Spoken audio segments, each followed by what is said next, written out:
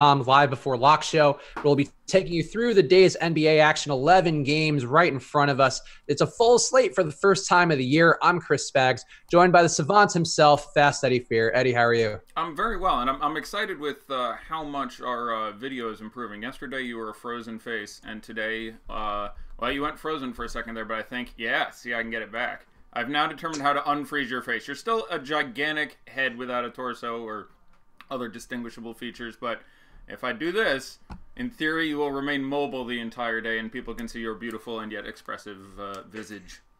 Thank you. It is very expressive. That's what I try to be at all times, especially when we're talking about as many great things as we're going to be talking about today. Lots of fun information up front.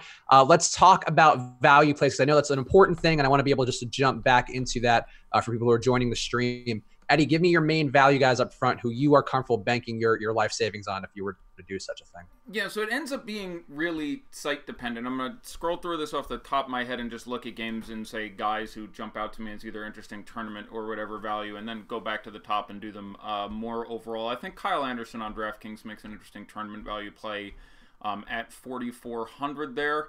I think Joe Harris, with the news now that we're going to be missing Rondé Hollis-Jefferson and Damari Carroll and all the Allens there, is going to have to pick up some serious minutes on the wing.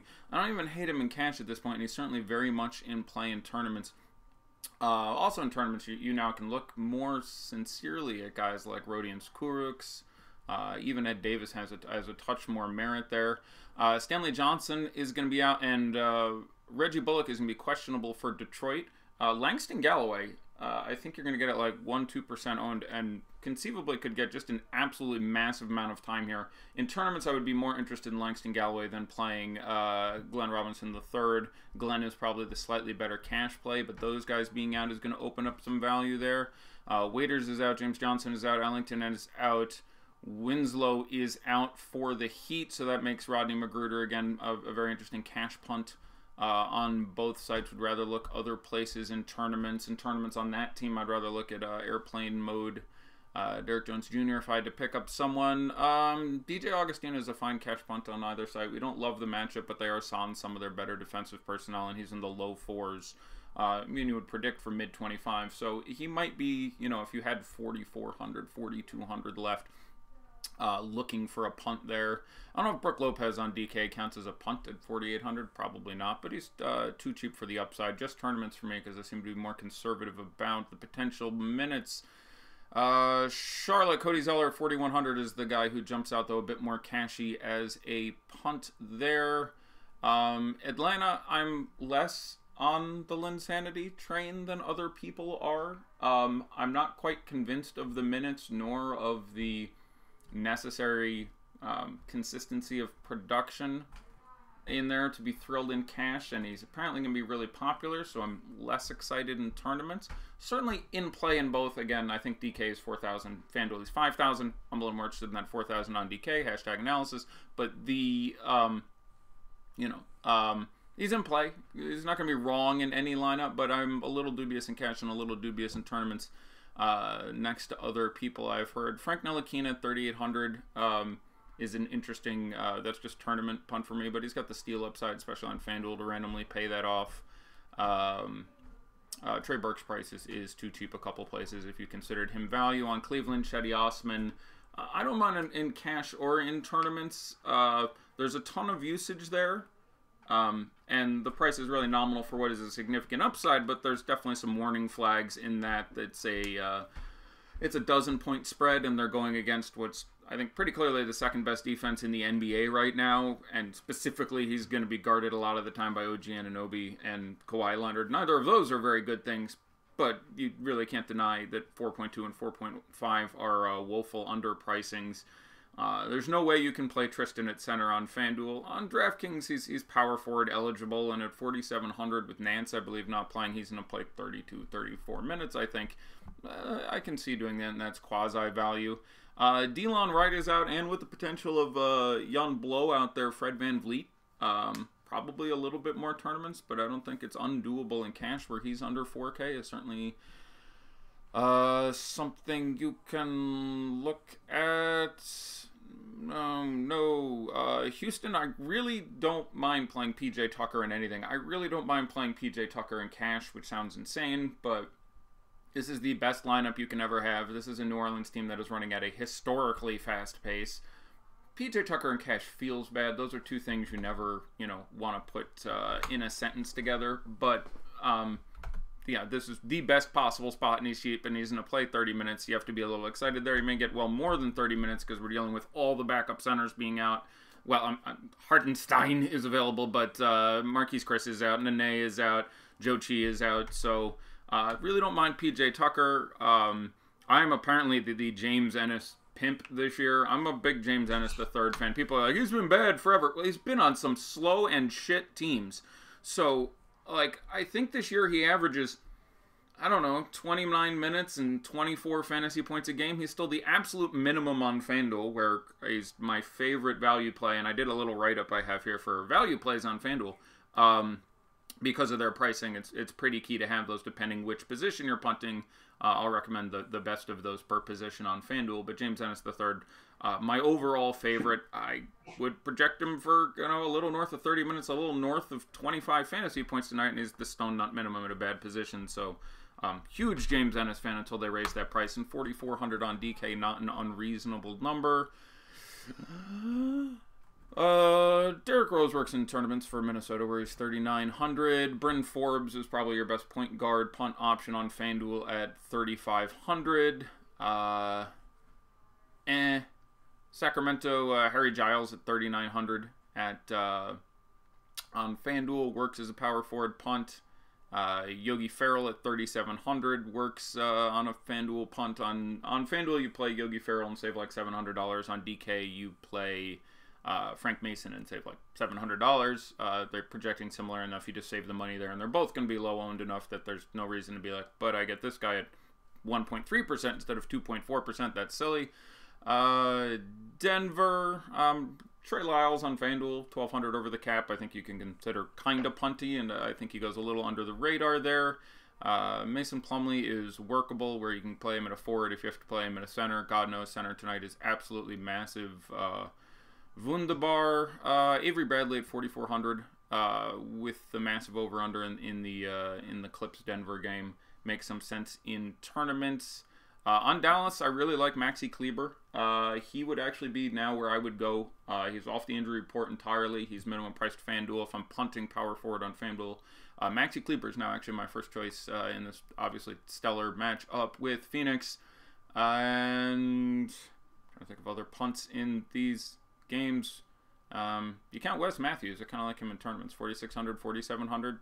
He's a guy who can randomly spot a day, and this would be the day for him to do it. That game is pretty sweet. Ryan Anderson is playable in tournaments. 3,800, 4,200. It's as good as it's going to get for him. I despise him for fantasy purposes, but he's there trying to do things. If you count Trevor Ariza at 4,600, much happier with that than Ryan Anderson. And he, if he plays 32 minutes, in this matchup can randomly put up some really big numbers. TJ Warren's 4,300 on DK. Depending on what they finally decide to do with that lineup, there's a chance he plays only 16, 18 minutes, but he's going to take a lot of shots as he does.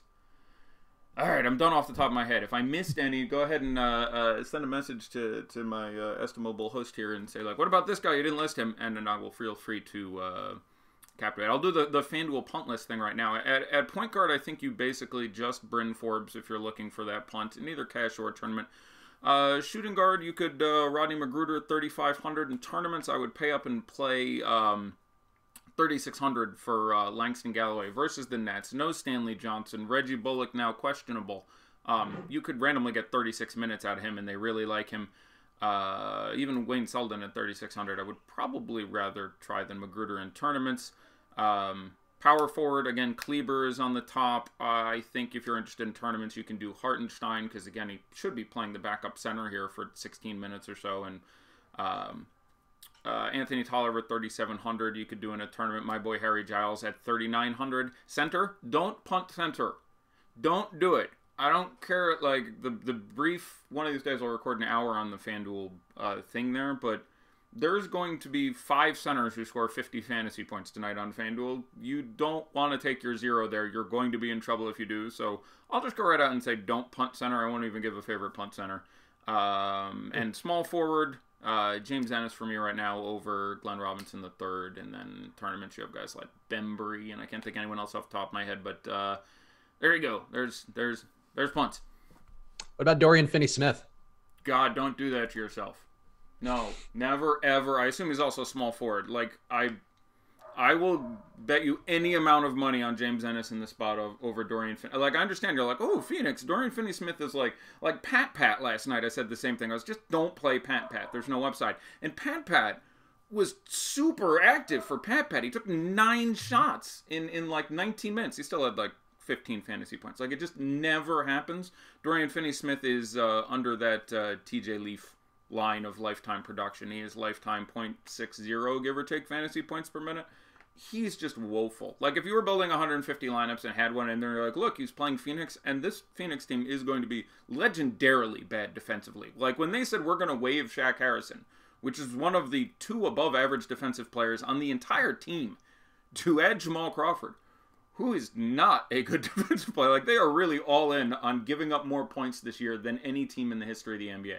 They might. Like, I don't know what odds I would give, but I'd give like 5 or 6 to 1. I would take a bet on them giving up more points to opposing teams in this Western Conference with this lineup of players than any other team. They are literally Trevor Ariza and 14 guys who cannot play defense as well as half the guys at my Y. It is a bad, bad defensive team. So I get the Dorian Finney-Smith. I will say this is probably the best day of the year to play DFS in DFS. So if you want to, go ahead. But I will still, like, I would still project him for 31 minutes, 20 fantasy points. And I'd still be much more excited about playing James Ennis the third at 29 minutes and 25 fantasy points. But are you not concerned at all about the Suns' pace being down a lot with Koskov now had his coach? It seems to me like it's down in such a noticeable way in the preseason that it kind of scares me off of that game despite the total. It doesn't scare me off that game at all. It scares me off Phoenix a little. I think we can be a little curious with Phoenix, but the thing is, like, Ariza is so cheap, and Ryan Anderson is so cheap, and depending on the lineup they announced, Isaiah Cannon is so cheap, and Devin Booker's price on DK is incredibly cheap for someone who should be taking a massive role of the offense. Josh Jackson coming off the bench at 5,300 might play 30 minutes and take 21 shots at 5,300. This isn't going to be a good defensive team. DeAndre Ayton was just such a monster in the preseason in almost every form, even really difficult matchups where he's getting, bodied around by, some of the best big men in the league. Still look really, really good. His price around 7K is way too cheap. I'm not really off that game. I will say that it's not, I do think that it's more fun to take guys out of the Denver and Clippers game when you can. That's projected to also be, a good 10 points faster. I don't remember the over-under on the Phoenix game, but it's like 215, 216, right? Like, it's in the mid-teens, which normally you would think this Dallas running team and this Phoenix team 228 or something. I think it's like 215, 216 if I recall correctly. It's 215. 215, yeah. So, I do think it is appropriate to limit your expectation by that reduction from, say, 225 to 215. But that's 4%. So if I would have been completely over the moon on everyone in this game last year with a 225 over-under, it now being at 215, how much should I reduce that on what should be across the board a 4% reduction of production, or 4.5%, I guess it works out to be? Like, I'm less excited than I would have been last year for the same players in the same pace. Yes, absolutely. Having DeAndre out there changes a couple things, but I'm still fairly largely a fan here. I like Doncic. I like DSJ, maybe even a little more in tournaments, just because I think the ownership is going to be much, much lower. But I'm still a fairly large fan. We passed up a couple punts that the people in the premium Slack are asking about right now. Again, if you are a premium member of Awesemo.com, we have a Slack channel, which we're looking at all the conversation from first. Also looking at the YouTube chat, so don't worry, guys. We're not neglecting you. But on Slack right now, a lot of people asking about Rodions Kurucs as a punt, I assume, with Hollis Jefferson out. What are your thoughts on him? Yeah, I mentioned him. I do think it's... it is not a wonderful matchup, and I've learned to not count my chickens as far as, Kenny Atkinson goes, and there's, blowout potential here. A number of things could go a little sideways. So he is just tournaments for me, but I think he's 3% owned or 2% owned I don't think we have a specific starting lineup yet, but there's even a chance he shows up in that. There's a chance they move Dinwiddie in at the 2. There's a chance they have LeVert at the 3 and Harris at the 2. You could see all sorts of weird things in this lineup with all the guys they have out. So I really like Rodion Skurucs in tournaments. Can pick up steals, can do all sorts of interesting things as a player. I'd still have trouble. You ask me right now how many minutes he plays. I'd say 22. So I can't like fully endorse in cash, but not insane in cash, and certainly in playing tournaments. It's a pretty short leash for him on the preseason too, which I don't know that matters in the regular season, especially with them being lower on bodies. But he got the hook along with that other guy, Zuza or whatever. He has some weird name that sounds like a Pokemon. Yep. Yes, that's it. Yep. Yeah, very similar European lanky white guys who seemed interesting, but then got both taken out when they turned the ball over like 5 possessions in a row. Yeah, I mean, he ended up being the winner in that match. You know, Josh Okogie ended up being the winner of the Bates Diop conversation. Like, there was a lot of, pairing these guys and trying to figure out who was going to do what. James Ennis is starting, by the way. That was confirmed moments ago. So, Melo is off the bench. Still like PJ Tucker there. Still like, this is a game that really plays well to PJ Tucker's strengths. I didn't mention yet Elfrid Payton. Elfrid Payton's $5,300. Now, he has an incredibly wide variety of scores here. If at the end of the day Elfrid Payton plays 25 minutes, gets 5 fouls, turns the ball over 7 times, and gets locked the fuck down by Chris Paul, I wouldn't be surprised. If Elfrid Payton gets a triple-double, I wouldn't be surprised. Like, he has a massive upside for the $5,300 price. He would have one of the best ratios of, price to potential upside, or I guess potential upside to price to speak it more accurately. But, dangerous as hell. But, if you're trying to win a 100,000 entry tournament, I'd have some pretty serious interest on that DK price for Elfrid Payton. The team has talked him up. I do think the minutes end up being there. So, pretty big fan of that. Some questions about, since we talked a lot of James Ennis, obviously he is your dude. You are establishing that. You're planting your flag now. People asking if he's okay in cash, and I guess just your general cash thoughts on the night. I think he is. God, he would be the player I had in cash most on FanDuel. I think if I made 150 lineups, if I somehow made 150 cash lineups, which sounds like a very weird thing to say, but he is probably the player I like most in cash. Like, it's just, he does really well. They get 3 points per steal, and he's kind of an elite steals guy. The pace should be out the absolute roof, and I do think he actually takes 9 shots, and they kick it to him a lot for 3. Not having those backup centers pretends a little better for his minutes, too. Like, I'm a pretty big fan. So, I almost prefer him in cash. Like, he's not going to have a high enough usage where, like, Joe Harris could take 13 shots and make 9 of them with all these guys out. Like, I would kind of rather play Joe Harris in tournaments. So he's almost more cashy to me, if you will.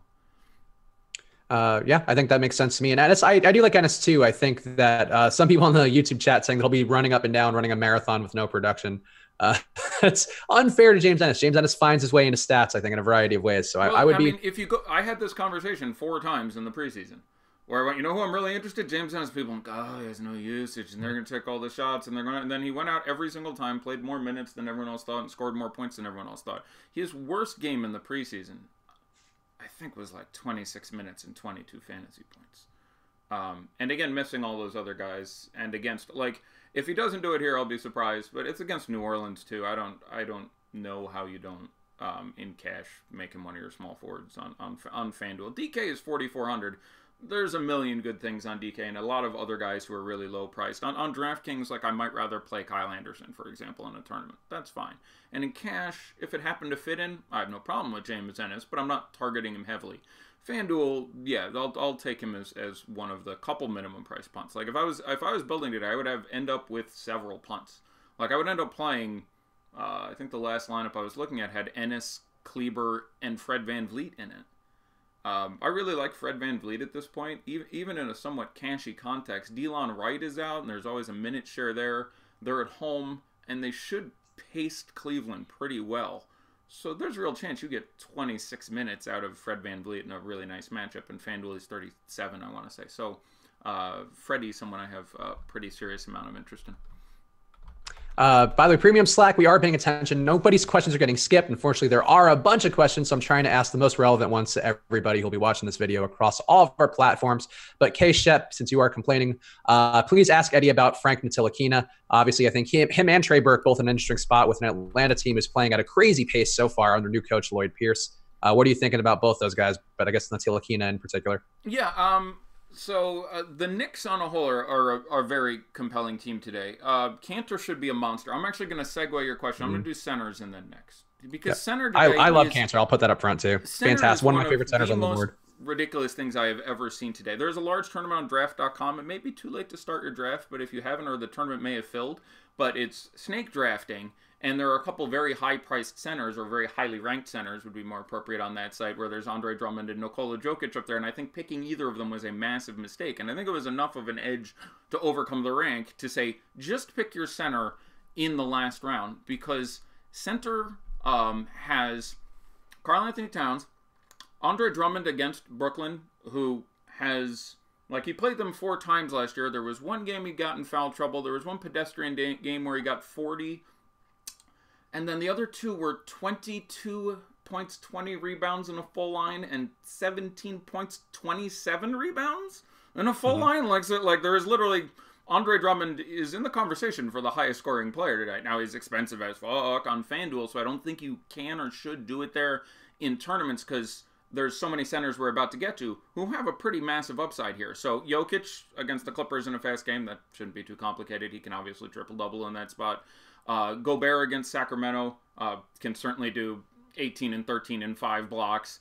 Marc Gasol, you don't want to pay that price, but has been very good against Miles Turner. That's a very decent game. Clint Capella against New Orleans. Again, the pace is out the moon, and 3 backup centers are out, so his minutes may trend up and could certainly put up a 50-burger in that time. Vooch against Whiteside, and Whiteside against Vooch. I actually pulled up the window because everyone loves it when we do this. Here we go, the Vooch against Whiteside, Whiteside against Vooch. I'm just going to read their lines alternatingly. I don't even need to tell you who's and who's. Here are the lines they put up against each other going backwards in time. There was a game this preseason, by the way, where we did this thing. Whiteside was disappointing in that he had 32 fantasy points in 24 minutes, and that's by far the worst performance they've put up in the last 2 years. Here we go. Both of them going backwards, not saying who's who, doesn't matter. 26 points, 22 rebounds, a block, and an assist. 19 points, 12 rebounds, an assist, 2 steals, and 2 blocks. 15 points, 18 rebounds, and a block. 25 points, 9 rebounds. Someone missed their double-double. Only time. 1 assist, 1 steal, 3 blocks. 12 points, 19 rebounds, 1 assist, 2 steals, 2 blocks. 13 points, 17 rebounds, 3 assists, 3 steals. 32 points, 15 rebounds, 5 blocks, and a steal. 26 points, 12 rebounds, 3 assists, and 2 blocks. 18 points, 14 rebounds, 1 assist, 4 blocks. 17 points, 14 rebounds, 3 assists, 2 steals. Like, I guess that's a bad one. That's only like 41 fantasy points. 18 points, 15 rebounds, 1 steal, 2 blocks. Like, they are averaging against each other in games they've started against each other in the last 24 months, something like 49 fantasy points apiece. So, yeah. On FanDuel, I think you save the money and play Whiteside. On DK, I think you save the money and play Vooch. But, you know, could it not work out? Sure, Whiteside could have a hissy fit and a subdural hematoma or a mental breakdown or get in a fight with Spoelstra. Sure. One of them could get in foul trouble. But that's a pretty extensive record of just beating the living shit out of each other. And again, Vooch cannot handle Whiteside down low. And Whiteside cannot get out and cover Vooch from the outside. And they just continue to bludgeon the shit against each other in head-to-head situations. So either of them makes a ton of sense. Still looking at centers. You know, Randall is a center on FanDuel in a fast-paced game. DeAndre Ayton is a center on FanDuel and DK at this point. He's just $7,000. Enes Kanter has been a monster in the preseason. And was a monster at the end of last year. And I don't know what you'd project him for here, but he's also in that 7K range. So there's just 1,100 amazing centers tonight at all. Like, and Alex Len, who's in the 5s, is center only. And what the hell do you project him for with all the backup centers there out as well?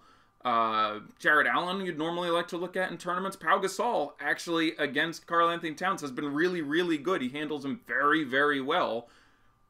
He might play 20 minutes, but I would have Pau Gasol tonight projected for like 19 minutes and 28 fantasy points. I know it sounds funny, but you can't play him because there's other guys who are going to score 50 and 60. And again, we mentioned Cody Zeller, who's a very intriguing value play, and Tristan Thompson, who's playing without a true backup himself. And so anyhow, point being, 1B, if that draft tournament is still open, do it. And don't draft a center until your 5th pick, because you're going to have someone who projects for 45 fantasy points left on the board. It doesn't make sense to spend your first-round pick on Jokic or Drummond instead of Karl-Anthony Towns or Harden. Knicks. Yeah, they're all pretty compelling in tournaments. There's literally 6 or 7 you can run out there.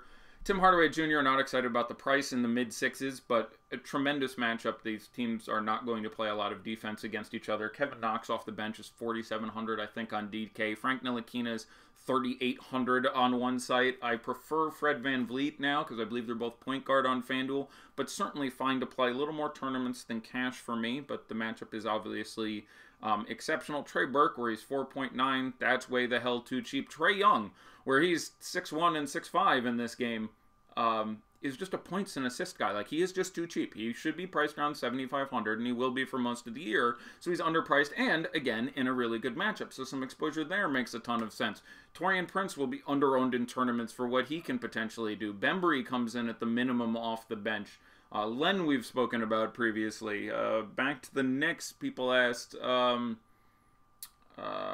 sure I'm leaving someone out because there were a lot of Knicks who seemed fairly compelling. But yeah, it's definitely a game to target where everyone is priced really cheap, and it's going to be a track meet. Yeah, no, I agree. I think that game is going to be definitely one that people overlook a little bit. And I'm very on board with the Atlanta-New York matchup in general. Also, New York's been playing at a higher pace too. I think it's just great on both sides. Some people are asking about Brooklyn in particular in the YouTube chat. They're asking about Griffin and Drummond, Anonymous Mouse, very clever name. It's a good segue to bring you to power forwards. What are your thoughts on Blake Griffin in the same matchup as Andre Drummond? I like him at the ownership you're going to get. Again, these two teams played in the preseason. That was the game that actually went to overtime. I'm not too worried about that, but it is a very good matchup for guys on Detroit. Again, Brooklyn plays really fast, and Detroit plays fairly slow. And in this situation, you want to look at the slower teams. Same thing with, say, Houston and New Orleans. I like New Orleans, but they're going to be priced and are already kind of priced playing a million miles an hour. When the other team raises their pace from this point to this point, they're the one that's a little more exciting. So again, Detroit, I think Langston Galloway will go under-owned for the upside that he portends. I think Reggie Jackson is very much in play at this point. I think he gets up, he supposedly has, they've said no minutes limit now. You tell me I'm going to get 30 minutes of Reggie Jackson here. I'm pretty excited, and you're going to get him at 1.1% owned. And I'd project him for north of a fantasy point a minute. So some Reggie Jackson exposure works for me. I mentioned Langston Galloway. Blake, I think he's 8,200 on both sides, or very close to that range. Yeah, you have to like in this role. I don't think you play him alongside Andre, barring like some full sort of crazy game stack. But I like Blake Griffin in tournaments. It's tough because on DK, I'm interested in a couple of the value plays like PJ Tucker, and I'm definitely playing two centers, and so it's sort of hard to work him in there. I really like Tobias Harris for $7,000. I really like Danilo Gallinari for $6,000. So, it's hard to get him in there, but Blake in tournaments, I think, is just great. Yeah, I think Blake makes a lot of sense for the reasons that you laid out as well.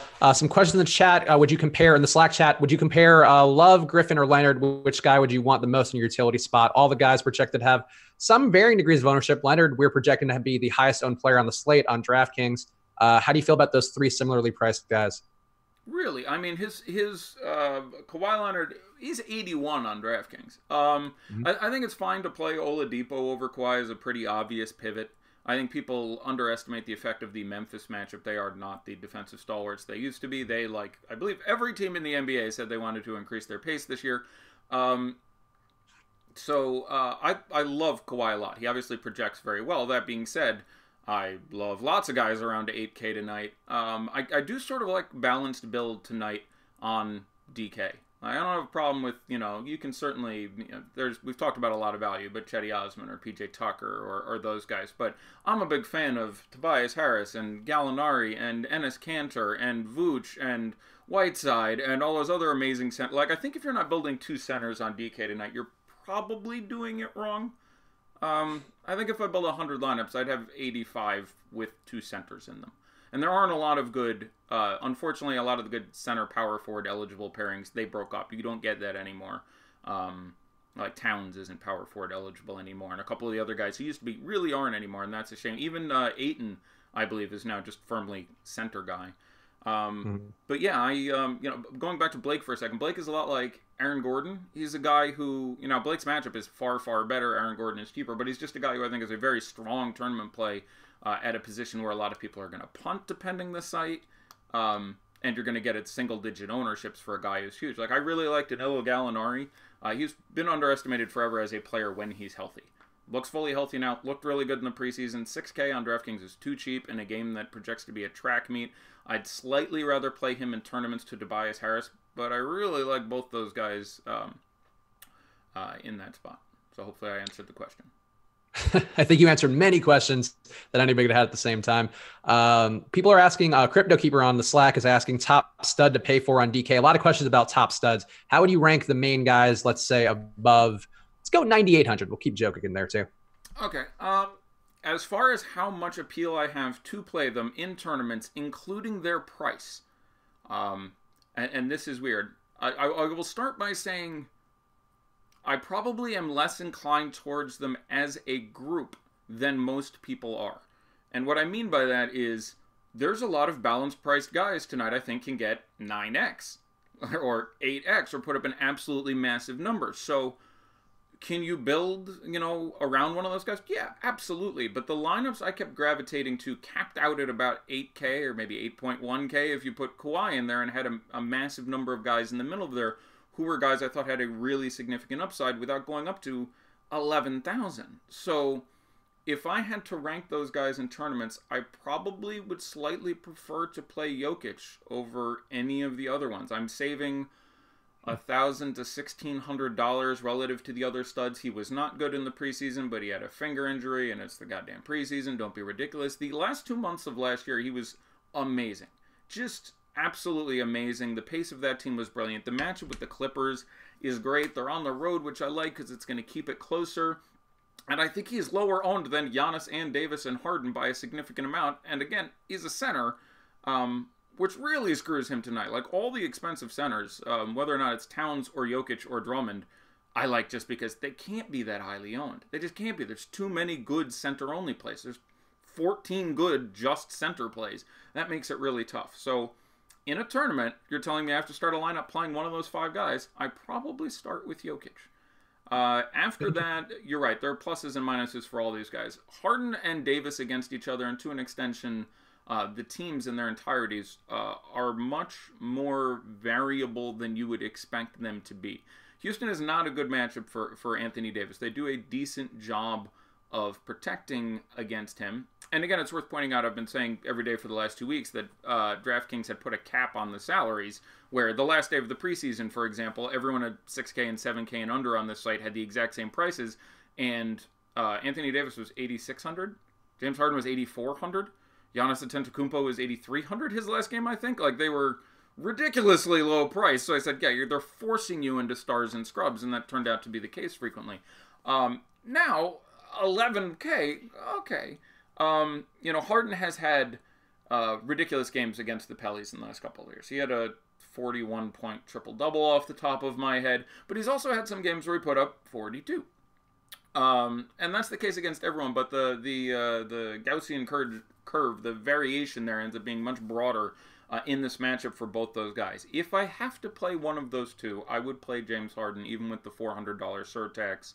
I would probably rank my appeal for them Harden and Antetokounmpo, Brow, and that's based on what I project the ownership to be. I think Brow is the highest owned of those 3 players. I don't know if that's what the ownership projections have kicked out as well, but that's what I would guess it to come out as. I'll double check that. So yeah, it ends up being a little site dependent. I'm a little more inclined towards the massive guys on FanDuel because there are more just stupidly underpriced guys at 3,500 than DK, where you have to spend 4.5, 5 for the guys with the similar upside. So I like them a little more on FanDuel, but that's how I would rank them on their DK prices. Yeah, we have Harden and Davis projected for similar ownership. Giannis would be the least owned, I think, out of that group. And I love Giannis a lot. I think he's going to good fitness matchup. Charlotte's been playing at a really good pace under the new coach. And Giannis, I think this is Giannis's MVP candidate year, if it's not a full MVP year. Yeah. So I actually love Giannis a lot. Yeah, I've no issues with anyone wanting to spend Giannis. It's purely an issue of the slate. Like, if someone says, what do you think about Andre Drummond? I love him and would have almost none because of the centers on this slate. What do I think about Giannis? I love Giannis. I think he's probably, like, I'd project him probably a hair north of 50, and that's really exciting. The problem is there's a lot of guys who cost 7K I project for a hair north of 40. So just the math doesn't work out for me playing him. It's not that I think there's anything wrong with playing Giannis. And again, Charlotte is a great matchup. They, like 20 teams in the NBA, have no one who can guard him effectively. The pace is going to be up. Knock yourself out and play all the Giannis you want to. I'm going to go through my team-by-team notes because I have 14 pages of notes, and I'm not going to read them all because we'd be here till we went off the air. But here we go. Memphis and Indiana. It's the Tyreek Evans Bowl. A little interesting in tournaments. I mentioned Kyle Anderson in tournaments. That's fine with that. Oladipo, again, I think does have a huge upside here. Yes, they played in the preseason. Someone just asked. All the starters sat in that game. They went to overtime in the preseason, actually. Ugly game. I think the over-under on this game is like 205, 206. That game that went to overtime in the preseason scored 212 or so. So, Brooklyn, again, it's worth pointing out everyone who's out here. Allen Williams is out. Shabazz is out. Rodney Hollis-Jefferson is out. The other Allen is out. Both the Sauce and the Crab are out. Wow, there's got to be some sort of good joke there. It's Allen Crab and Allen Williams, who is Big Sauce. So there's like sauce and a crab, and there's like a saucier and a dish in New Orleans, and I don't know, I'll work on it. Damari Carroll, again, also, sorry. So, yeah, Karis LeVert, now much more appealing to me. Think we can probably see 30 minutes here, which has been a struggle in the past. Not the best matchup, but certainly now have more interest. Joe Harris, I already mentioned. D'Angelo Russell is in a great spot. These two teams played last year in April, and you got nearly 40 out of Reggie Jackson and 35 out of D'Angelo Russell, and all this news portends similar games out of those guys. So I like both of those guys in tournaments quite a bit. Russell getting kind of close to a cash play for me. Again, Bullock, I don't know if we have an update, but Reggie Jackson out. Langston Galloway, I won't go down that trip again. We've done that. Waiters is out. James Johnson is out. Ellington's out. Winslow's out. That gives a lot more appeal to Josh Richardson. 6,300 both sites. Every guy who goes out, just his usage picks up a little bit. Dragic is going to play and is actually off the tournament report, but especially if you don't have Whiteside, I'm a fan of trying to find some way to get some Josh Richardson into your lineups. Punts in tournaments with Derek Jones Jr. and Rodney McGruder makes sense. Won't talk about that. That's more about centers. Brook Lopez is 4,800 on DK. Now, it's worth pointing out, he did not get to 20 minutes in any preseason game. Now, in the last one, he got in foul trouble and got 19. I think he would have got 23. Tonight, I had him projected for 26. I'm going to be surprised if he gets 30. So just keep in mind, they run a lot of bigs out there. They made Thon McCurr inactive, which is pretty exciting. So that's not pretty exciting, but pretends a little bit more. But don't be shocked if you get 25 minutes out of Brolo and you're like, oh, it would have been great if he had played more. I'm not sure that was ever the plan, and I can't find confirmation of that. Charlotte, Kemba makes some sense in tournaments. He has had actually massive games, even against a tough matchup with Bledsoe in the past. He's put up a 50 burger. He's going to be like 1% owned, and there's a good reason. He generally crushes your hopes and dreams, but makes sense at the ownership you're going to get him at. I would actually play Batum over Lamb at their DK prices. Someone was discussing this with me. At 6,100, I'll spend $400 extra for Batum and all the extra things he does. Cody Zeller is cashy punt. Trae Young still underpriced. Alex Len, one of 1,000 good centers. Vince Carter, if I was making 100 lineups, just because he's only 2 months younger than me, would probably make my line. But is that actually true? Yeah, he's 2 months younger than me. I would now be the oldest player in the NBA. I forget. I'm LeBron's age. That doesn't make me feel great either. What'd you say? I'm LeBron's age, and that doesn't make me feel particular. Younger than that. LeBron's what, 34? 33, 34? Yeah, he turns 34 in December. I turned 34 this weekend. There you go. Hey, happy birthday. I turn 34 next month in November. I usually host a party on the show, so I will get streamers and stuff. Maybe we'll have a thing. I hope I get the invite. I like your chances. Cleveland, Chetty Osman, we've covered, but no reason not to play him. Tristan, FanDuel, again, I don't think you can do, but power forward eligible on DK. I think you could randomly pull up a pile of time there, but don't overrate Chetty. Again, the matchup is a bit of a beating. Lowry on DK makes an interesting tournament play at 7,200, especially after shitting all over us getting ejected in the preseason. Delon Wright being out makes Fred VanVleet 3,700 and a potential blowout very exciting for me. I talked about Elfrid Payton at 5,300 for New Orleans.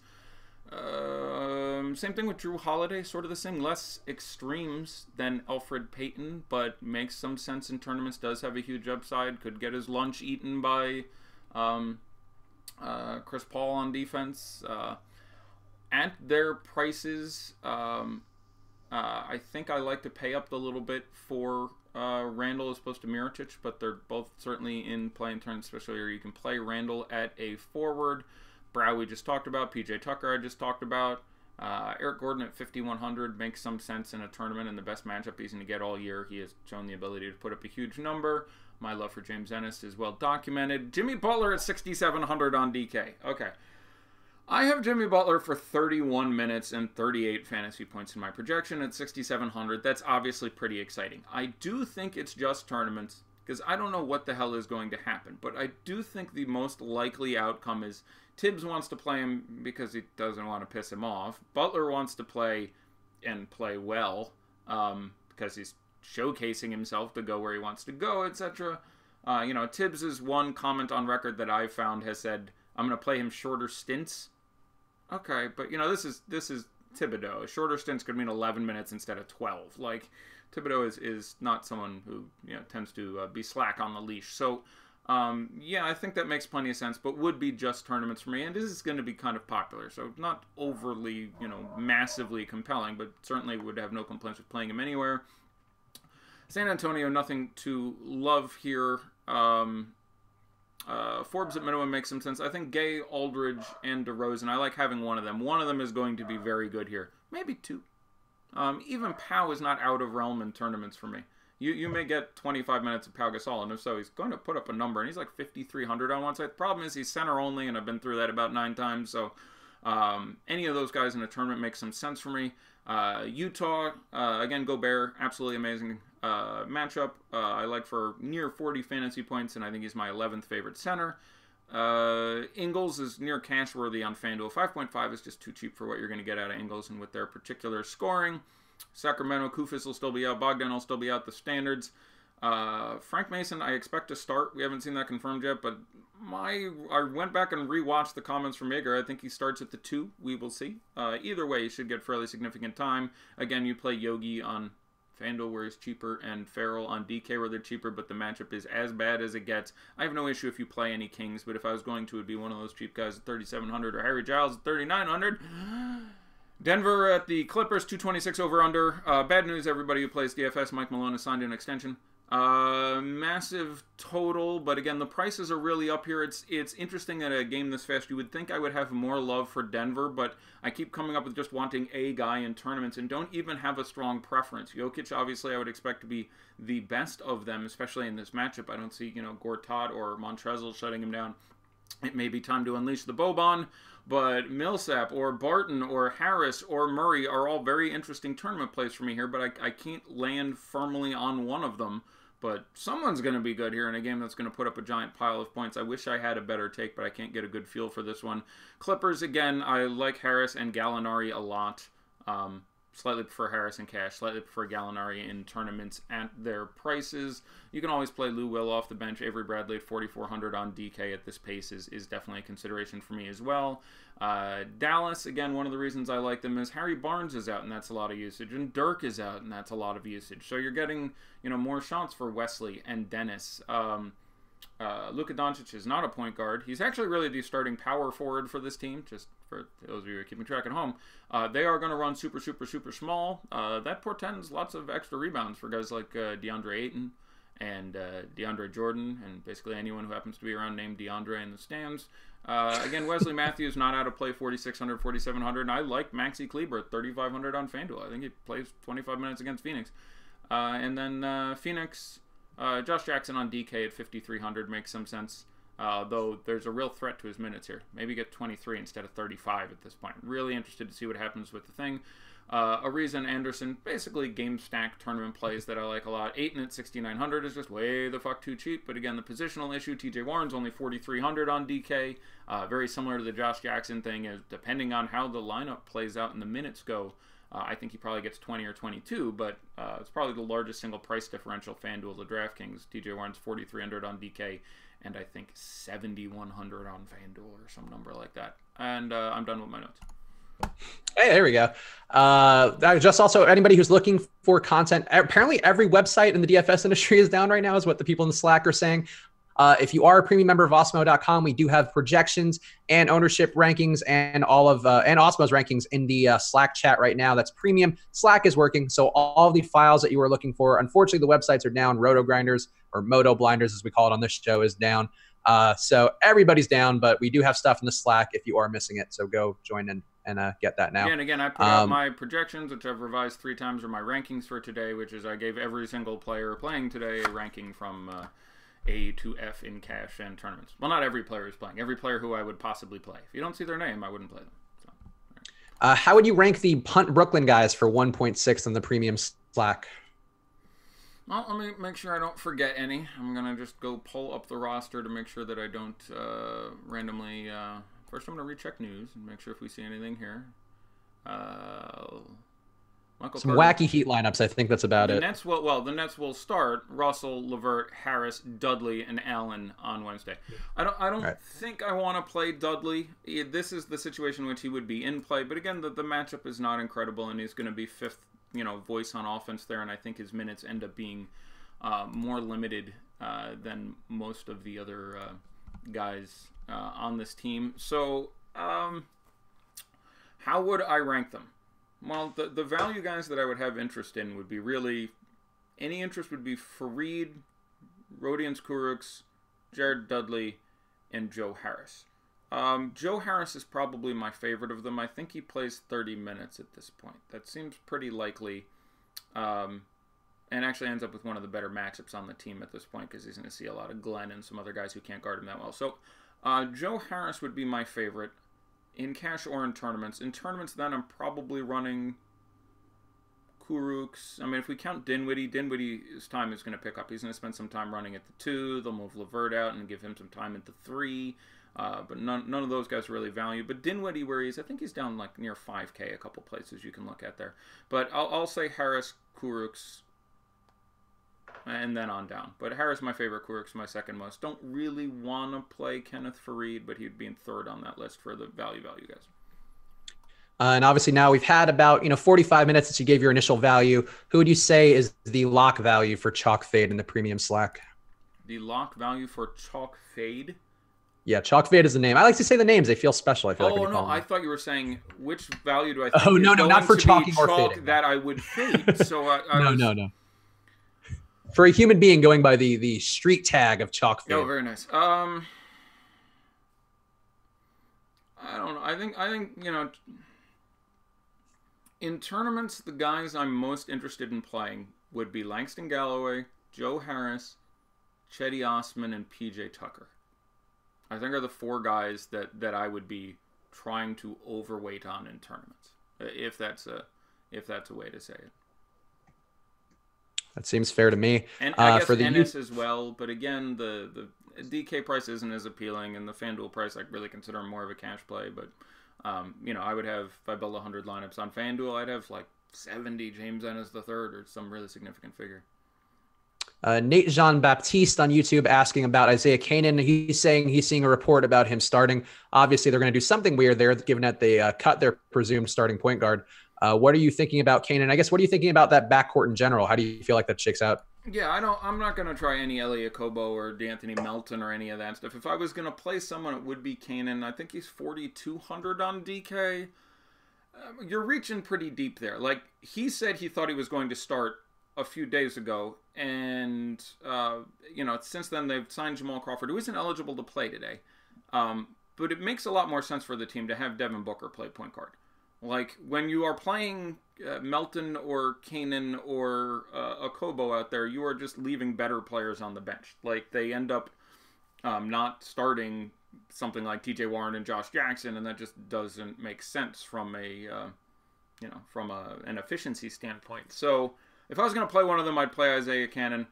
I'm not super over the moon about it because a lot of things need to break my way. He needs to actually start, and if he does actually play significant minutes, and if he does actually produce in them, that's a couple too many ifs for me with 22 teams playing. So, Yeah, I think that does make sense. LMA or DeRozan, while we didn't talk about the Spurs too much, but obviously there will be some value to unearth there. You mentioned you like Pau Gasol. If you had to choose one, who are you going, LaMarcus or DeRozan? I'd play LaMarcus.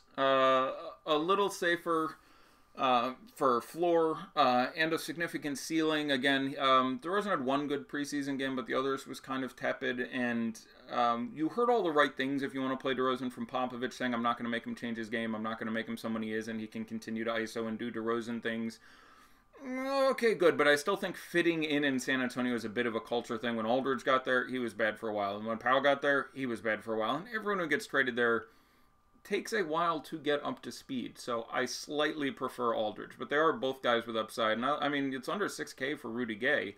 I don't think that's a bad play at all. Like, Rudy Gay, especially at the beginning of the year, is much, much better. When he's healthy, he's a very good basketball player.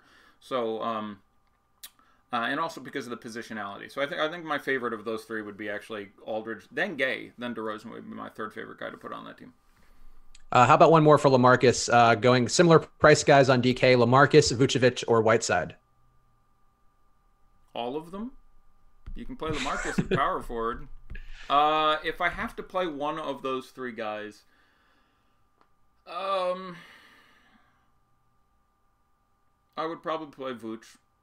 I just I just believe in the matchup a little bit more there, and I think the minutes are there.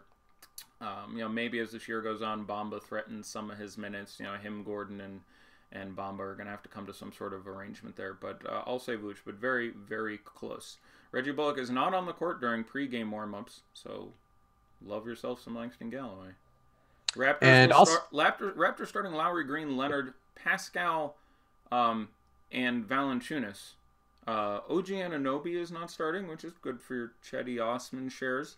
Good for your OG Anunoby shares, too, because his real issue is his defense. He's like 3,700 on DK. I actually prefer him coming off the bench. Green getting the start is interesting. He's not out of play in tournaments. When you see him getting the start, I would have been worried about the minutes. Interesting, though, with Valanciunas starting. Rewards them for... Jakob Poeltl will start for the Spurs. I like some Jakob Poeltl in your life. He can do all kinds of rebounding and blocks and other interesting things. I like that matchup for him. So some Jakob Poeltl ownership is exciting. Probably makes Powell better, believe it or not. Hornets will start Walker, Lamb, Batum, Williams, and Zeller. That's what we expected. No news there. Yeah, I think, would you think that makes Ibaka more attractive getting bumped down? Because I tend to subscribe to that theory where if Jonas is starting, people then flock to Jonas. I like Jonas in the matchup, but if Ibaka's coming off the second unit and maybe playing with a little bit of a chip on his shoulder after, he might have lost his starting job for the season to Siakam, and probably deservedly so, I don't mind Ibaka in that spot, even though I really hate Ibaka. I mean, on this slate, I'd need to be going really deep.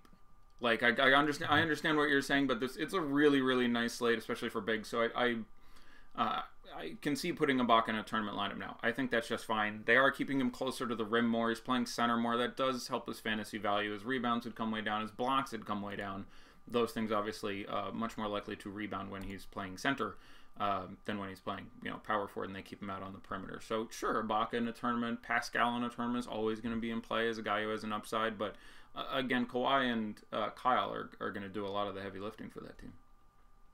Rod Beard, our guy who was on a show yesterday with Osmo and me talking about the role of the beat reporters in the whole ecosystem. Go check that out. It's called On the Beat. It's on our YouTube channel right now. Rod Beard says the Piston starters on the media scoreboard right now are Reggie Jackson, Bruce Brown, Luke Kennard, Griffin, and Drummond. So how does that make you think about those guys? And what do you think about Bruce Brown?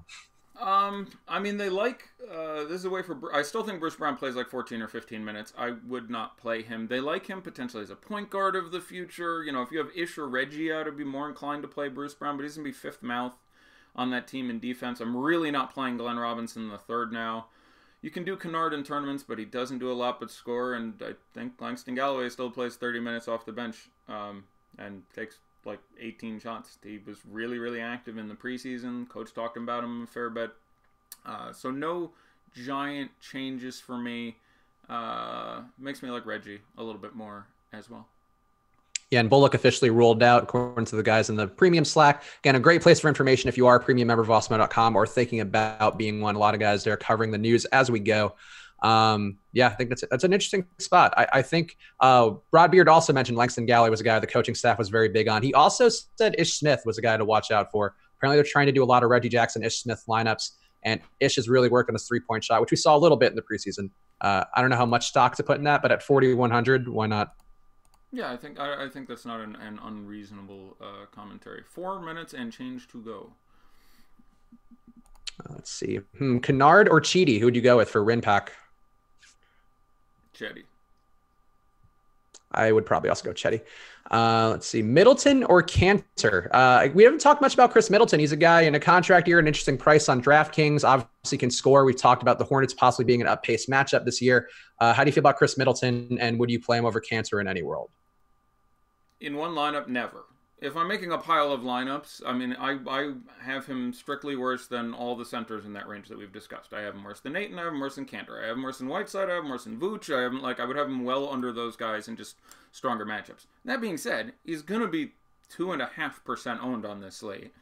And obviously you don't play him next to Giannis, I don't think. But I have him and Bledsoe in the same category as I like the matchup. Charlotte's picking up their pace quite a bit. You want to put them in a tournament lineup? I think it is worth it due to their lower ownership. But just raw, how do I project them? No, I think with all hands on deck, this is a spot where you expect 33 to 37 out of Chris Middleton, which is fine. But he's 7K and change everywhere, I think. So I don't think I'd have a ton of interest. Maybe he's cheaper on DK than I recall. That would change my opinion. But isn't he like 72? Something like that? Yeah, I think it's 72. Yeah, so that's... Fair enough. Let's see. Any good questions in the premium Slack? Are you okay with DeAndre Ayton in cash? Yes, very much so. For a GPP, would you go Whiteside or Vooch? Or Vooch, I guess would be the better way to say that, not Vooch. I would go with... It's going to be really interesting. They're very, very close for me. And again, if you work it through, they can do those massive numbers roughly in tandem with each other. So... It comes down to where you think the ownership difference is going to be, because I would not project them significantly disparate otherwise. I will say, again, on FanDuel, you play Whiteside because you save like $800. On DK, it ends up being really close. I will take Vooch. What do you think about Willy Hernangomez? Obviously, Zeller is going to be a popular chalk play tonight. Very cheap on DraftKings in particular, cheap on both sides. But as Eddie mentioned, on FanDuel, probably shouldn't be playing him. But what do you think about Hernangomez as a pivot to Zeller? Yeah, I'm in with that. That's just fine. It's obviously a tournament pivot. I assume he's center only, which again really hurts my ass tonight, because I think at the end of the night we're going to look at the top 8 centers, and you're going to have one of them over 60, 5 of them over 50. A dud and a couple guys who got 35, 45 or something like it. There should be some smashery here, so it's really hard for me to think that's the place to pay down when there's a lot of guys at 6s and 7s who I think put up 45. But yeah, I think it's just fine. He has shown the ability to have a huge upside. He'll be 1.5% owned, and if he plays 20 minutes, can put up a double-double. So I'm fine with you playing Willie in tournaments. I wouldn't touch it in cash, and definitely Zeller would be the smarter play there, I think. Who would you go with, Lou Williams or Gary Harris for a DK lineup?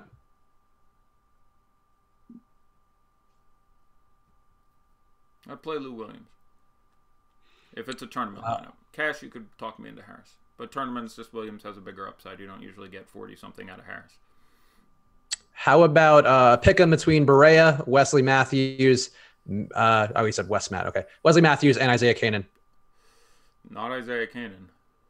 Beret is apparently off the injury report. I will play Wes Matthews, but I like your thinking with Beret. He's not out of play.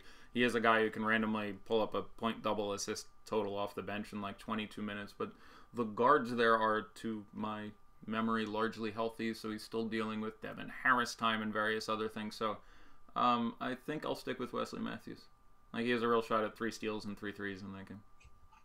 Any last thoughts on Frank Mason? Obviously, he was a guy who was going to be chalkier. Now we're not sure about his starting status or if he's even going to be getting a ton of minutes. How do you feel about him? I think he's fine in tournaments. He'll be low on, but you got to pay me a lot to go against Utah when there's 10 other games to look at. Like, he's got a ceiling against Utah. More cash than anything else. If I needed him at the position and I had 3,700, I could see throwing it at him. We didn't talk much about David Nwaba, but people asking about him. Do you think that he's a potential sleeper on the slate? No. I'm not sure what his role is in this rotation. The wings I'm very confused about, and what happens with Hood and Clarkson and a few other guys floating around there. So I don't think you get more than 14 minutes out of David Nwaba tonight. So I will pass. Any Jeremy Lin thoughts? Got threw him into his question afterwards, which does not work that way, Got If I see your question, we're just getting to it. But Jeremy Lin, another play is expected to be chalky according to our ownership projections at Osmo.com. How do you feel about Jeremy Lin on the slate? Yeah, I brought him up when we started about 40 minutes ago, and I feel about the same way there. I think there's just so much good value and enough uncertainty there that I'd be less inclined to play than not play. Again, 5K on FanDuel is really unexciting. 4K on DK, I get the appeal. I don't know how many minutes he necessarily gets, but, revenge and matchup against the Knicks is stellar. I'd be more inclined to, because I just don't think he's that solid of a quantity where I'm like, oh, I gotta play Jeremy Lin. Like, I think there's a real chance that he has an off game. He's also not 100% healthy, so... I'm more disinclined than inclined, but at 4K, there's not really any spot where I'd see him and be like, oh, that's terrible. But just one of those things I would rather move away than onto. I think it's just a big enough slate. And if you're not aware, we are locked. Unfortunately, a lot of scrambling for a lot of folks out there. But I guess, Eddie, do you want to check ownership or do you want to touch on anything else before we go look at that? No. Let's check some ownership. That always makes a fun chat. Let's see. Actually, before we do that, Airyman, one last DK cash question. Who would be your favorite DK cash value? I refuse to say PJ Tucker, but it's coming to mind, and I'm fighting the urge to say it. We know it's James Ennis. It's okay, Eddie. You could say it. It's close. It really is. I don't know if I have one that stands out that much. There's a number, we can certainly think about. Chetty Osman, if I can have him, makes a lot of sense for me as a cash value. I don't know. I'd have to see a list and really look at it. There were not any cash punts that I was overly thrilled with. It might really be James Ennis at 44, but I think he saved 200 on Chetty. So probably one of those guys. No one who I would have in, if I build 100 lineups, I don't think I would have any of the value guys in more than 30. So I would cycle through Osman and Galloway in tournament lineups, and PJ Tucker and James Ennis the third, and Joe Harris. I certainly am a pretty big fan of at this point. But no one who I'm like, yeah, that guy I'm sure is going to get there. Count that 3% ownership. Our guy Jay Doria is dropping some of the ownerships from the main $5 tournament on DK right now. He's spoiling it. I'm loading it. He's spoiling it. It's a little bit of a spoiler. Kemba at 3%. It's pretty wild. Yeah, that's about where it should be. Again, he's not that cheap. Like, he's 7,600 on DK. Now, he's not that cheap relative to old Kemba. This is a faster team, and I do expect him to be a bit more dominant in it. So Karis LeVert, 20%. I would like exposure to him at that number. D'Angelo Russell at 19. I'd like exposure at that number. Oladipo at 14. That's about what I was expecting, and that's massive. Here's your guy, by the way. Giannis Antetokounmpo, 13.5. I'll take that. Yeah. What is better at 5? We had him projected at 5 earlier in the day, which would have been great. Once you get over 10, not as sexy, but I'm still happy for him. Good for you, Jim. I don't think I ever could have seen 5. But Blake, 13, a little higher than I expected, honestly. Marc Gasol at 13. Don't get me wrong, 6,600 is a really nice price for Marc Gasol. That certainly could work out. The matchup with Miles Turner we like. There's all kinds of good stuff there, but I don't know. I'm going to go with one of those other guys. I think it's 50. Tyreek, 10. Cody Zeller, 9.5. Drummond, 9. It's kind of exciting now. Whiteside, 8. Oh my god, I forgot this game was here. Whiteside, 8.2. Vooch, 8. So, yes, that's why I struggled with what the lower ownership would be and eventually said Vooch. I got it by 0.3%, but it's Whiteside, 8.2. Vooch, 7.9. Brook Lopez, 7.1. Fournier, 6.75. He was really cheap, 5,400. Not a huge fan in tournaments just because the upside is limited with him. Olynyk, 5.8. Always strong in tournaments. Josh Richardson, under 5%. That's exciting. Nick Batum, under 5%. That's pretty exciting. Kyle Anderson, under 4%. That's pretty exciting. Batum, I just mentioned. Thad Young. I don't know if the minutes are going to be there for him. We'll have to see what they do with him this year.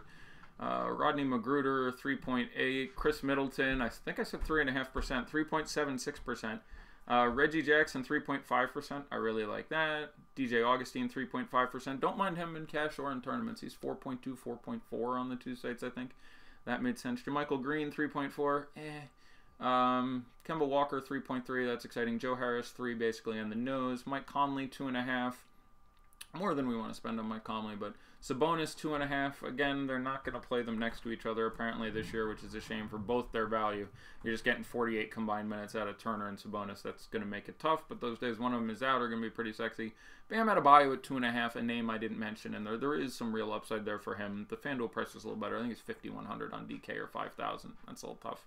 Dragic at 2%. I like that. Jared Allen at 2%. Someone asked me about Jared Allen, and I don't want to do it because he's like in the fives as far as the price go. I'd rather play Len at that price. There's so many good centers. Like Len is only going to be, I don't even know, 10% owned or something. So, you know, I'd rather play Len at that point. But Allen was really good even against Drummond in the preseason. Drummond only got like 14 rebounds in that game. But when I expect the other guy to get 18 rebounds, it really limits me wanting to play other centers against him a little bit, and there's so many other good centers is the real reason I was more critical of him. Kennard at 2%, okay, I can see that. Lamb at 1.89%, okay, Ish at 1.8, Spencer Dinwiddie at 1.8, Bojan at 1.7, Langston Galloway 1.6. There's my guy. There's my guy. Do better than Nerlens Noel. A lot of people asked me about last night. I normally do sort of a recap scope at the end of the day, but my wife totaled the car and spent some time in the hospital, so I did not come back last night. Last night went largely about how we expected. Again, I was all on play guys from the second game, and that wasn't real difficult to see. But the first game, there was really three games you wanted, maybe 3 games you wanted. I don't know, but you know, Ben Simmons put up 60 or 62 or something.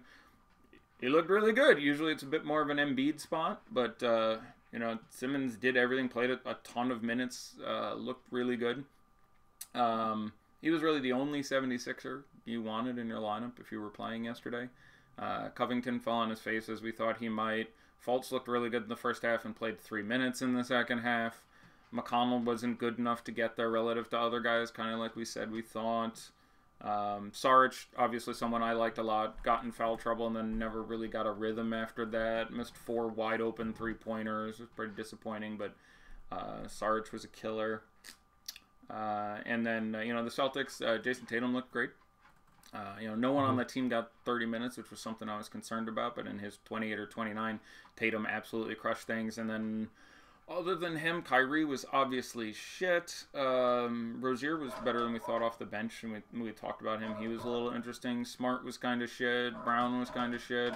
Horford was okay. Had like 4 blocks. That helped. And Marcus Morris was the guy who was kind of cheap, but we talked about played like 18 minutes or 21 minutes and ended up with a double-double. 10 rebounds for him in that little time is pretty unlikely to happen, and he shot really well. But again, those were the only 3 players you wanted from that game. From the other game, yeah, you know, Schroeder and Paul George, I don't think that was any great prognostication, but you wanted basically infinite of those guys. You got a Curry game instead of a Durant game. Curry was a monster. No giant surprise there. All the guys who played the 2 for Oklahoma City were complete and total dog shit. Terrence Ferguson and Abrinas and Hamidou Diallo all... Terrence Ferguson was legendarily bad. I don't think he scored in like 26, 27 minutes. That was pretty impressive. Not a great player. He had 1 great game, which people will always remember, and that's going to keep putting him on him. Yeah. But so they you know, wasted life at the power forward position there. I really like Nerlens Noel, and he was great in the time they gave him. Not only did Steven Adams play, he played 36 minutes, and like I said, he split 48 with Nerlens Noel, so Noel got 12 minutes and had 17 some odd fantasy points, so 1.5 fantasy points a minute is really nice. So that was disappointing. I thought that like 16 was a reasonable downside. I thought even if Steven Adams played, they'd give him maybe 32 minutes, and I was hoping for 20 or something, but I still think a good call. Didn't work out. Steven Adams was obviously great. Gave you like 40 fantasy points. But, yeah. And then, you know, Golden State was Golden State things. Kevon Looney ended up being the bench guy. Damian Jones at 3K ended up being obviously the strongest of the minimum plays, as you said. And due credit given. Draymond Green had his minutes limited to 33. Including, by the way, 21 in the first half, I think. It's a little strange. You're gonna watch his minutes and then play 21 of the 24 minutes in the first half. That was a peculiar decision there. Draymond's going to Draymond. It's always the rule with them. Yeah, and they limited Gordon Hayward as we expected. I guess they didn't. But that's basically my take on those 2 games. Shout out to longtime Fast Eddie guy and now Awesome member and previously Fan Vice member Rin Pack, a friend of mine from Chicago. One of 20 people or whatever who tied for the win in the showdown slate there. So he had a 5K plus night at the end of the night there, and hopefully someone can get on top of that tonight. But shout out to him, someone who's one of the only people I've met who can be in this industry. I've never heard him say an unkind word to someone, and I've heard him say many hundreds of thousands of words. So shout out Rinpack for your good performance, and keep on keeping on. Positivity breeds positivity and positive results. That's not a phrase or anything. I just felt like saying that. A lot of negativity on the internet. You got to be one of the places which are nice and helpful, and then you'll win showdown slates. Yep. I think that's how it goes. Let's see. Anything else good in chat? Russell projected at 30 minutes. Is still Russell a mediocre point guard at best? I like Russell a lot, and I think he's gonna have a good day. Yeah, he's going to get lots. Like, the defense is going to be much worse than it normally is today, and Reggie defense is a strong thing. Like I low-key like D'Angelo Russell and Reggie Jackson to average collectively between them 35 fantasy points. At me if I'm wrong, but I wouldn't have had a trouble. If I built 5 lineups, one of them would have had those 2 guys at point guard. I would have been like, I think this game goes sexy, and I would have played those 2 guys in a lineup together. But those guys, Trae Young, I would have wanted to, like, guys I like in tournaments. I think I'd have been overweight on Trae Young. I'm curious to see how LeVert does, because Rod Beard was like, LeVert's going to be like an elite player. Like, he's going to be like a guy that everybody looks at is like, wow, that guy really took the leap this year. So I'm curious how a guy who's like a very smart beat writer, who I respect, if he's right when he's making his picks. Well, here's the thing, and I say this, and I've praised Rod several times in the past and tweeted at him, and I think he does a good job of not standing against the tide and trying to fight, DFS like some other beat reporters do. His DFS takes are awful. Like, he frequently puts out these things like, here's my DFS takes at their prices, and I read his stuff, and they're terrible. They're just, which is fine. It's not what he does. It's someone, and that's what you're going to get from anyone who knows basketball and starts writing about DFS. Like, at the beginning of the year, he's like, oh, I'm super into Ish and Glenn Robinson III, and all these guys. He was like, I'm looking to make contributions this year, and I'm like, I don't know, man. We're going to, so, Karis LeVert has all the tools. But he's in a system that isn't great. He's not all there, above the shoulders yet. He doesn't do a great job of analyzing situations. He ends up in the wrong place on defense sometimes. So he's got all the tools, but he's in there. He's right now closer to Lance Stevenson than he is to Steph Curry. Like, he's got some work to do as far as he has all the tools. He can shoot. He can drive. His body is bigger this year. He can rebound. Like, he can really fill out a stat sheet. But he's not going to be consistent yet. So hopefully the minutes come up and he becomes more consistent this year. And I really like him as a player. I own him in one of my 2 season-long leagues. But, he's not that cheap anymore. Last year we had like some, $4,700 Karis LeVert days. That was pretty exciting. Especially when there's 6 guys out like this. So I like LeVert a lot today with all these injuries. But, I wouldn't jump the shark.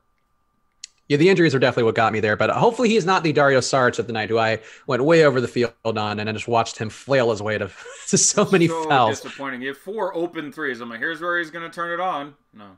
Didn't happen. He's one of those guys, either has it or he don't, and then just one of those nights where he was slapping away at everybody and getting called. And even with the 5 fouls, he got 22, 23 minutes, and I don't hate that matchup. Again, I wanted to, I toyed around with like 3 or 4 DK lineups, for that slate, and I think I had the number of players in the first game in them were 1, 2, and 2. Like, I really didn't want to play games in that. I was like, I'll take that guy at 5,500. Like, it was just priced nicely at DK, where it made a little more sense. FanDuel, due to the positional scarcity, pushed you a little more heavily onto that game. But and then one last question. I assume I already know the answer to this, but if you guys are still taking questions for Nate Jean-Baptiste, would you rather go PJ Tucker or Etuan Moore? I assume you're going to go PJ Tucker. Give me PJ Tucker. Like, I don't mind Etuan Moore, but they have a couple of guys they want to cycle in behind him. I do think his minutes come down this year a little bit, and just a much better matchup for PJ Tucker than Etuan Moore. And believe it or not, a little more upside there. Like, we've seen upside Etuan Moore games, but he really needs to just shoot the goddamn lights out. Like, you need him to score 25 real points if you want him to get 37 fantasy points. He's not full, Jamal Crawford bad, but he's going to struggle filling out a full line there. So yeah, I would rather play PJ Tucker there, but I don't think Etuan Moore is out of play whatsoever. He's certainly a guy if you wanted to run out there. I don't have a strong feeling on it, I'll put it that way, but I think you're saving a little money on PJ Tucker to start with, and the absence of the backup centers means I think you get like 32, 33 minutes out of PJ Tucker, and he plays more down low, so the rebound upside comes up, and that game's just going to run all day. So Tucker for me. tuck wagon lineups. We're nasty in the playoffs, and those corner threes can add up from PJ Tucker too. I think that's a perfectly logical play to me. Let's see. Anything else we need to hit before we call it a wrap, Eddie? No, I think we're good. We're back again tomorrow. I'm looking forward to seeing the damage people can do today. But congrats again to Rinpack and everyone else who won last night. There was a decent crowd of people. Again, the two plays I was on most versus the field were probably Noel and Sarge, both of whom were uninspiring. Although you could certainly endure what Noel put up. But so not a fan. I was. But, read the games correctly and talked down some shitty value plays that people wanted to play. So, decent day, but hoping today is going to be better. The more games, the more skill testing, the more the cream rises to the top. So, hopefully we do some real damage today. Yeah. So good luck, everybody. It's the first night out there. So make sure you remember Vosmo.com premium. Despite some website hiccups today, we do have a lot of ways out there to get the content. If you were following us on Twitter, you might have seen Josh's projections and some of Alex's projections go out there. I think Eddie's might have, I don't know. I didn't follow it that closely because we're doing a show. But also our Slack channel is a great asset during these shows and in general for information and for things in case everything goes to shit across every DFS website across the industry. So go sign up now. Promo code live before lock will get you 1 week free. So you could sample everything, win some money during the beginning of the season when we're at our best because we're prepared and everybody else is not. So go sign up now at osmo.com. Promo code live before lock. Eddie will be back tomorrow with Josh. Josh will be doing his first Eddie show. I'll be back on Friday with Eddie. We'll be doing a weird Friday show with Eddie. I assume, Eddie, you like to get weird on a Friday because that's what I'm all about. Are we drinking? We can. I mean, we have before, but sometimes we get weird questions. We just take it some weird spots. That's how we got in trouble for the porn stars one time. I mentioned, let me be clinical here, intersex individuals, and I was told that's not kosher. And so now we're going to be drinking live on the air. Someone has to call HR and just give me a list of rules that are okay because the reason you gotta be careful with your word choice, but still have fun. It's a fun line to walk when you're a content creator. I understand. Encourage underage drinking. I got it. Cool. Yes, exactly. That's always the goal. But yeah, we'll be back again tomorrow with Eddie. Eddie will have his great picks. He'll be here with Josh. It'll be fun. And I'll be back Friday. So thank you guys for watching. Good luck. We'll see you again soon. And I will this time stop the stream, although it's still going right now, before I talk to you for 15 seconds, which I did last night. So bye, everybody.